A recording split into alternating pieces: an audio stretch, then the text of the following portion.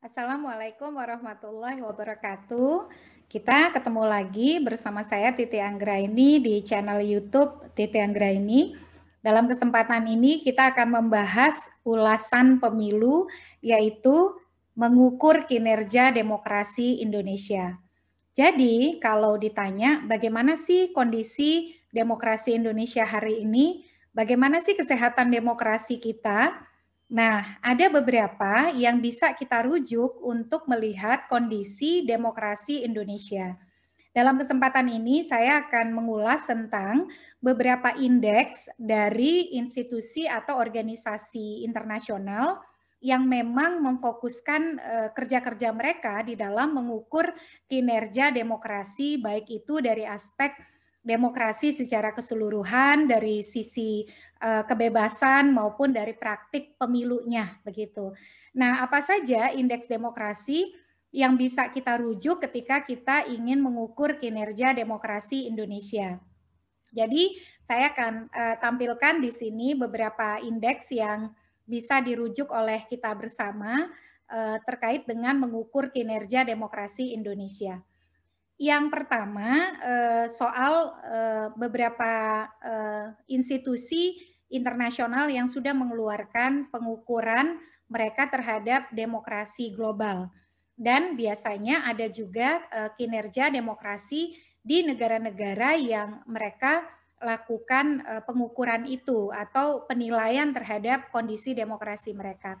Yang pertama, kalau kita ingin mengukur kinerja demokrasi Indonesia, bagaimana bila dibandingkan dengan kinerja negara-negara demokrasi lainnya, kita bisa merujuk kepada Global State of Democracy Index atau GSOD yang dirilis oleh International IDEA, Institute for Democracy and Electoral Assistance. Ini adalah sebuah organisasi antar negara yang berkedudukan di Stockholm dan memang mempromosikan praktik demokrasi yang berkelanjutan. Sejak 2017 mereka merilis indeks demokrasi global yang dikenal dengan nama Global State of Democracy Index. Terakhir, indeks demokrasi yang mereka rilis yaitu pada tahun 2019 yang sesungguhnya pengukuran untuk tahun 2016 sampai 2018. Jadi mereka ini setiap 2 tahun sekali. Yang pertama untuk 2016 itu diluncurkan pada 2017 dan yang kedua untuk 2018 dan diluncurkan atau dirilis pada 2019.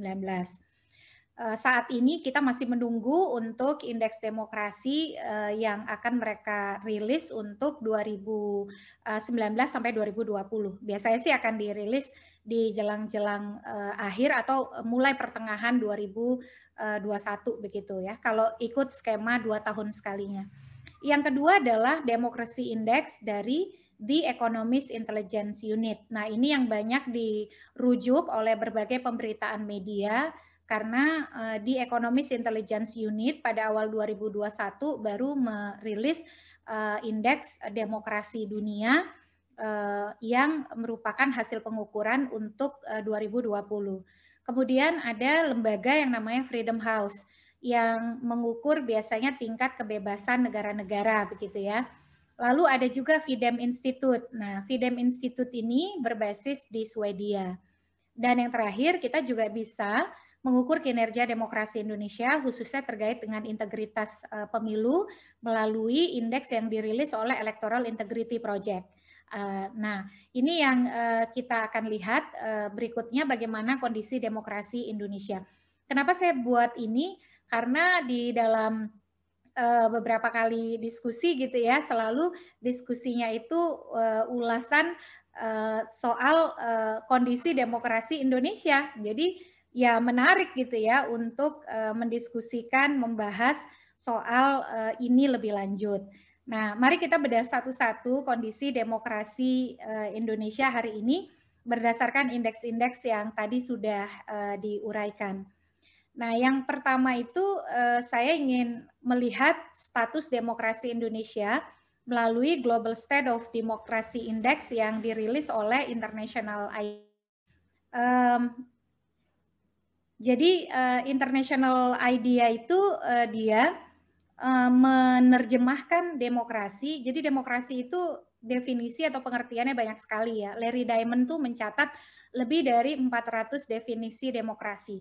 Tetapi kalau international idea, dia mendefinisikan demokrasi sebagai popular control dan political equality atau kendali oleh rakyat serta kesetaraan politik gitu ya. Sehingga kalau rakyat ingin bisa mengendalikan atau berdaulat, maka dia harus dijamin kesetaraan politiknya. Nah, popular control and political equality atau kendali oleh rakyat dan kesetaraan politik itu terdiri dari 5 variabel yang menjadi komponen besarnya. Yang 5 variabel tersebut meliputi representative government atau pemerintahan yang representatif, lalu pemenuhan hak-hak dasar warga negara atau fundamental rights, kemudian checks on government atau pengawasan atas kinerja pemerintahan, yang keempat impartial administration atau administrasi pemerintahan yang imparsial, dan yang terakhir participatory engagement atau pelibatan partisipatoris. Di setiap variabel ini ada subvariabel yang membangun atau membentuk variabel tersebut. Sebagai contoh, untuk representative government, di sini kinerja demokrasi Indonesia tuh warnanya kuning. Atau kalau dibaca di keterangannya, berdasarkan Global State of Democracy Index dari International IDEA tahun yang dirilis 2019, kuning itu artinya performanya menengah. Skornya di antara 0,40 sampai 0,70. Sedangkan kalau skornya performanya tinggi, skornya itu 0,701 sampai 1 gitu ya. Jadi kalau angka 1 itu berarti sempurna. Performanya sangat tinggi. Kalau merah itu artinya performanya rendah. Nah, ini skornya 0 sampai 0,399. Skor 0 itu bisa juga karena datanya tidak ada. Kembali kepada kinerja demokrasi Indonesia menurut Global State of Democracy Index dari International IDEA. Dari sisi representative government, kita itu dari 4 sub variabel yang membentuk pemerintahan yang representatif, ternyata ada 3 yang warnanya hijau, yaitu clean election atau pemilu yang bersih, kemudian inclusive suffrage atau hak-hak politik atau hak pilih yang inklusif, dan yang kemudian pemerintahan yang terpilih melalui pemilu atau elected government. Sementara yang warnanya kuning itu ada di kebebasan partai politik atau free political parties. Nah, karena ada satu subvariabel yang kuning, akhirnya variabel representative government atau pemerintahan yang representatif warnanya menjadi ikut kuning atau performanya menengah. Lalu fundamental rights atau hak-hak dasar warga negara. Dia terdiri dari 3 subvariabel, yaitu yang pertama akses kepada keadilan atau access to justice. Ini warnanya juga menengah, kuning alias kuning. Kemudian kebebasan sipil juga warnanya kuning, artinya kinerjanya menengah. Dan yang berikut pemenuhan hak-hak sosial dan kesetaraan itu juga skornya atau performanya kuning. Sehingga untuk pemenuhan hak-hak dasar warga negara, kinerja demokrasi Indonesia itu warnanya kuning. Lalu yang ketiga, pengawasan atas pemerintahan atau checks on government. Ada 3 subvariabel. Yang pertama, parlemen yang efektif itu juga kinerjanya menengah, warnanya kuning. Kemandirian yudisial atau judicial independence itu juga warnanya kuning. Dan yang ketiga, integritas media atau media integrity juga warnanya kuning. Sehingga secara keseluruhan, pengawasan atas pemerintahan itu kinerjanya menengah atau berwarna kuning. Yang keempat adalah administrasi pemerintahan yang imparsial atau impartial administration. Ada 2 variabel yang membentuk impartial administration, 2 subvariabel. Yang pertama, terbebas dari korupsi itu warnanya kuning alias menengah, dan yang kedua predictable enforcement atau penegakan yang terprediksi atau terukur itu juga warnanya kuning. Sehingga kinerja kita untuk impartial administration atau administrasi yang imparsial itu warnanya kuning. Terakhir adalah participatory engagement atau pelibatan partisipatoris. Ada 2 komponen yang berwarna hijau atau performanya tinggi. Yang pertama adalah partisipasi masyarakat sipil, itu kinerjanya tinggi, warnanya hijau. Lalu kemudian electoral participation atau partisipasi elektoral, ini berarti partisipasi pemilih di pemilu ya. itu warnanya juga hijau. Kemudian local democracy atau demokrasi lokal warnanya kuning, dan ada direct democracy yang warnanya merah. Nah, ternyata kalau direct democracy ini kenapa warnanya merah? Karena datanya itu tidak tersedia, makanya dia dikasih skor merah. Sehingga kalau di secara keseluruhan akhirnya dia tidak terhitung gitu ya, yang direct democracy, penggabungan antara untuk participatory engagement atau pelibatan partisipatoris ini dibentuk oleh subvariable civil society participation atau partisipasi masyarakat sipil, partisipasi elektoral, dan demokrasi lokal, akhirnya melahirkan performa demokrasi Indonesia yang berwarna hijau. Itu kalau dari Global State of Democracy Index International IDEA. Tapi kita juga menghadapi tantangan yang terus-menerus nih kalau menurut International IDEA. Yang pertama, menurut International IDEA, tantangan kita adalah kita negara demokrasi yang belum terbebas dari praktik korupsi. Bahkan kita masih di bawah performa negara-negara Asia Tenggara nih. Kita yang warna merah, Asia Tenggara yang warna hijau. Ini berarti pekerjaan rumah besar untuk kita. Karena kalau kita lihat tadi indeks yang dibuat IDEA menempatkan terbebas dari korupsi sebagai salah satu sub variabel yang membentuk demokrasi. Yang kedua adalah kita masih menghadapi persoalan gender equality atau kesetaraan gender. Kesetaraan gender kita juga masih di bawah rata-rata Asia Tenggara. Misalnya saja anggota DPR perempuan kita itu masih 20,5%. Sementara untuk Timor Leste saja misalnya sudah 38%.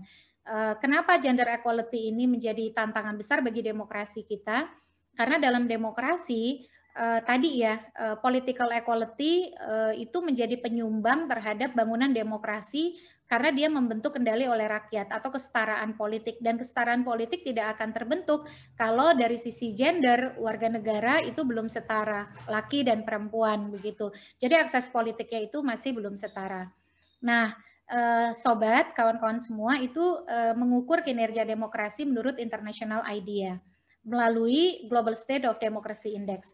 Yang berikut ada lagi indeks demokrasi yang dirilis oleh di Economist Intelligence Unit atau sering disebut dengan EIU. Jadi mereka baru merilis Demokrasi Index 2020 yang mereka keluarkan pada awal 2021 yang mengambil tema In Sickness and in Health. Jadi ini yang mereka rilis baru-baru ini soal indeks demokrasi global gitu ya. Mari kita lihat angka-angkanya. Saya menyalin dari pemberitaan Kompas, ternyata untuk tahun 2020 indeks demokrasi kita itu kita berada pada peringkat dunia ke-64 dengan skor 6,30. Jadi kalau dilihat dari perjalanan kita sejak tahun 2006, ini 2006 sampai 2020, ini adalah skor indeks demokrasi kita yang terendah, yaitu 6,30, dan peringkat kita yang 64 gitu ya. Ternyata yang mengalami penurunan itu disumbang sebagian besar oleh budaya politik. Budaya politik kita mengalami penurunan dari skor 5,63 menjadi 4,38.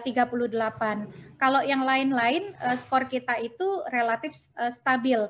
Untuk penyelenggaraan pemilu dan pluralisme itu stabil di 7,92, lalu partisipasi politik stabil di 6,11, dan kebebasan sipil itu stabil di 5,59. Meskipun kalau dibanding tahun-tahun sebelumnya itu juga mengalami stagnansi ya, atau penurunan sebenarnya. Tetapi yang paling banyak turun itu di budaya politik. Kalau menurut di Economist Intelligence Unit dalam Demokrasi Index mereka tahun 2020. Nah, yang berikut adalah mengukur kinerja demokrasi melalui indeks yang dirilis oleh Freedom House dengan publikasi yang mereka sebut dengan Freedom in the World 2020 atau kebebasan di dunia tahun 2020. Jadi skor Indonesia itu dikategorikan sebagai partly free atau setengah bebas. Dari 100 skor tertinggi, kita skornya itu 61 gitu ya. Dengan political rights skor kita 30 dari 40 skor yang ada, dan kebebasan sipil itu 31 dari 60, sehingga membuat kita berada pada posisi partly free. Kalau dari skor kita itu sebenarnya menurun satu skor. Pada tahun 2019 skor kita itu 62, tapi di 2020 kita 61. Dan masih menurut Freedom House, kalau fakta negara kita itu ternyata dari sisi global freedom skornya ternyata 59 dari 100 gitu. Kita negara yang partly free. Lalu internet freedom kita juga skornya 49 dari 100. Kita juga masih partly free. Dan apa yang kalau kita boleh lanjutkan lagi, itu tadi dari Freedom House ya. Ada juga yang dirilis oleh Fidem Institute. Nah, ini tadi yang ada di Swedia. Berdasarkan Fidem Institute ini, mereka merilis bahwa Indonesia itu kinerja demokrasinya dia masuk sebagai negara yang disebut sebagai electoral democracy. Nah, ini kita ada di sini nih kecil ya, tetapi bisa dilihat kemudian. Nah, electoral democracy itu artinya apa? Kita ini masih demokrasi yang berbasis elektoral, belum sepenuhnya demokrasi yang bebas begitu. Itu dari Fidem Institute. Kita akan lanjutkan dengan indeks global terakhir yang bisa dipakai dalam mengukur kinerja demokrasi Indonesia. Sedikit ulasan dari yang awal, Global State of Democracy Index dari International IDEA, kinerja demokrasi Indonesia itu di warna kuning atau performa atau kinerjanya menengah. Kemudian ada di Economist Intelligence Unit yang mengkategorikan bahwa kinerja demokrasi Indonesia itu dikategori sebagai demokrasi yang flawed demokrasi atau demokrasi yang cacat atau demokrasi yang kurang sempurna begitu, atau yang belum sempurna bisa disebut seperti itu dengan skor yang 6,30 dan pada peringkat 64. Jadi stagnan dari tahun 2019. Kemudian ada Freedom House yang mengkategorikan kita sebagai negara yang setengah bebas atau partly free. Dan tadi juga ada dari Fidem ya. Fidem ini sebuah lembaga yang ada di Swedia yang memang mengukur indeks demokrasi di Swedia, di seluruh dunia, tetapi organisasinya berbasis di Swedia. Nah, Indonesia itu dikategorikan sebagai electoral democracy atau demokrasi yang berbasis elektoral, belum sepenuhnya menjadi negara demokrasi yang bebas. Dan yang terakhir yang juga bisa kita rujuk adalah dari Electoral Integrity Worldwide, merupakan bagian dari Electoral Integrity Project yang dibesut antara lain oleh Universitas Sydney. Nah, pada tahun 2019 dirilis persepsi integritas elektoral atau perception on electoral integrity ya, yang laporannya ditulis oleh Pippa Norris and Max Gromping atau Pippa Norris dan Max Gromping. Bagaimana posisi Indonesia? Ternyata kawan dan sobat semua, skor Indonesia itu kita berada pada kita di negara Asia Pasifik ya, kita ada di sini. Ini Asia Pasifik dan skor Indonesia itu di 54. Sama nih warnanya sama-sama kuning. Kita berada di bawah Kepulauan Solomon, India, Mikronesia, Vanuatu, Mongolia, dan seterusnya. Itu dari sisi integritas elektoral. Dan negara-negara dengan integritas elektoral bagus, itu yang warnanya hijau, itu ada Denmark, Finlandia, Norwegia, Swedia, Islandia, Jerman, hampir semua adalah negara di Eropa Barat sana atau negara-negara Skandinavia. Kalau di Asia Pasifik yang warna hijau atau skor baik ya, itu ada Selandia Baru, Korea Selatan, yang baru saja juga pemilu pada tahun 2020 di bulan April. Nah, kalau kita perhatikan sebenarnya ada satu lagi indeks yang secara tidak langsung berkaitan dengan demokrasi, tapi sebenarnya penuh dengan aspek demokrasi, yaitu Corruption Perception Index atau CPI atau persepsi korupsi, indeks persepsi korupsi yang dirilis oleh Transparency International. Dan kalau kita lihat ini sobat bisa semua lihat ya. Kalau dilihat negara yang skornya paling tinggi itu dari mulai Denmark, Finlandia, Norwegia, Swedia, Islandia, itu juga yang skor CPI-nya, Corruption Perception Index-nya juga sama-sama tinggi, sama-sama baik. Nah, di sini ternyata ada korelasi antara skor integritas elektoral dengan skor persepsi korupsi atau skor indeks persepsi korupsi. Jadi kalau mau negaranya bebas dari korupsi, maka juga harus dipastikan bahwa pemilu dan praktik elektoralnya juga berintegritas. Karena kalau masih ada politik uang, mahar politik, jual beli tiket pencalonan, sudah bisa dipastikan serta-merta ada praktik korupsi di sana gitu. Jadi ini dari The Perception of Electoral Integrity Index yang dirilis oleh Electoral Integrity Project. Semuanya bisa diunduh di website mereka. Lalu kita juga punya sebenarnya indeks yang mengukur kinerja demokrasi dalam negeri kita atau indeks yang dirilis oleh negara. Dalam hal ini ada 4 kementerian lembaga yang bekerja untuk merumuskan skor indeks demokrasi Indonesia yang disebut dengan ID, Indeks Demokrasi Indonesia.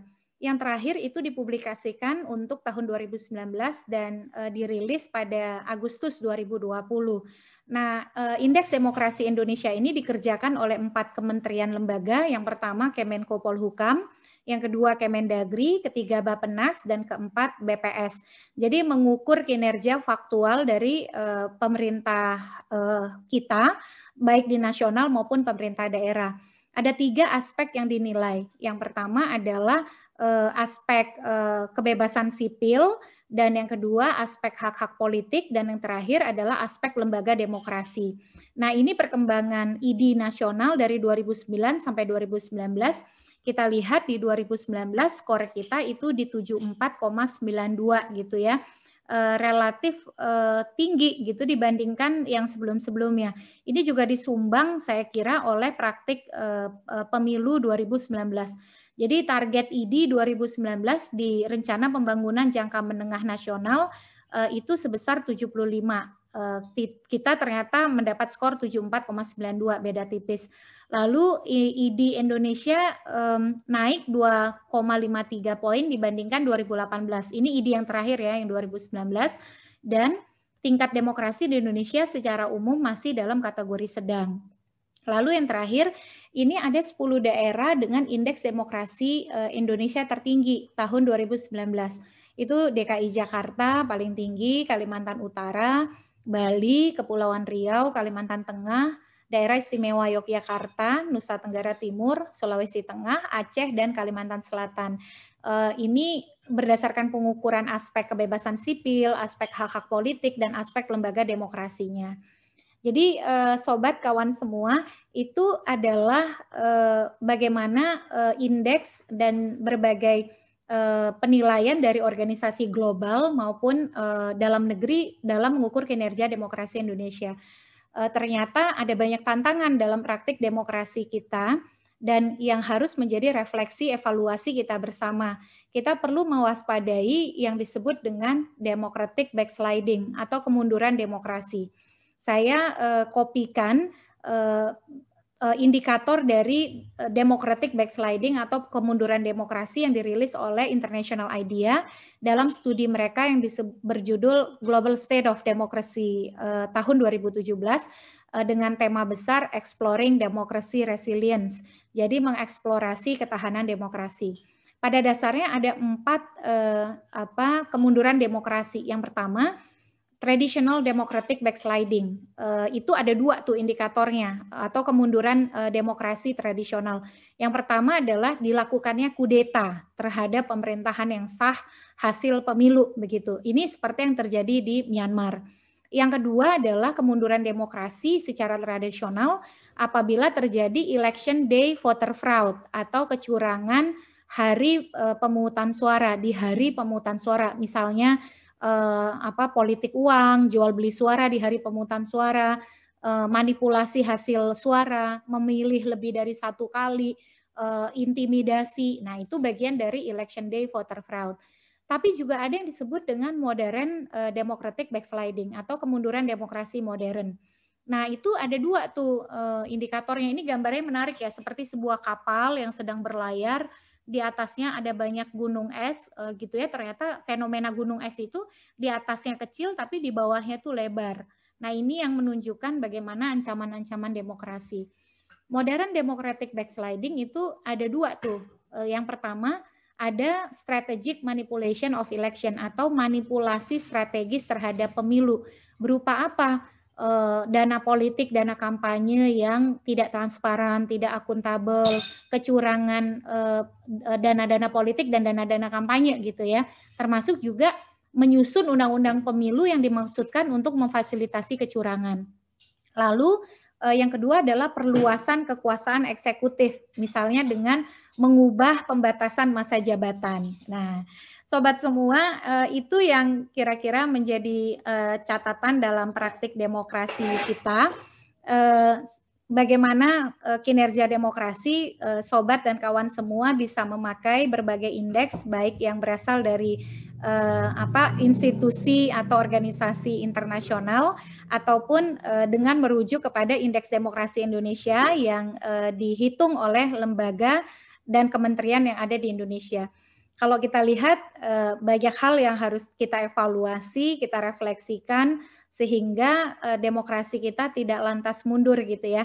Karena kalau merujuk kepada, saya ingat tuh salah satu tokoh di yang dulu waktu ada launching Global State of Democracy Index dari International IDEA menyatakan demokrasi itu seperti kebun bunga.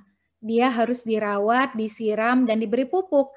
Sebab kalau tidak begitu, maka dia akan kalau tidak dirawat, tidak disiram, tidak diberi pupuk, dia akan kering dan kemudian bukan tidak mungkin mati. Demokrasi adalah sistem nilai yang harus kita jaga dengan sistem hukum yang memastikan bahwa nilai-nilai demokrasi itu bekerja dengan baik. Demokrasi cannot taken for granted. Demokrasi itu tidak bisa diterima sebagai sebuah hadiah, pemberian gratis, tetapi sesuatu yang harus kita pertahankan, kita jaga, dan kita lindungi dengan menunjukkan perilaku yang merefleksikan nilai-nilai demokrasi. Apa saja? Anti korupsi, egaliter, transparan, partisipatif, akuntabel, dan yang pasti terus-menerus membangun diskursus sehingga warga negara semakin kritis dan mengawal kinerja pemerintahannya dengan baik. Demikian ulasan kita hari ini, agak panjang karena ada beberapa indikator yang dibedah. Semoga bermanfaat. Mari kita kaji dan kawal bersama praktik dan kinerja demokrasi Indonesia. Assalamualaikum warahmatullahi wabarakatuh. Sampai jumpa di ulasan pemilu berikutnya, cuma di channel YouTube Titi Anggraini. Ya.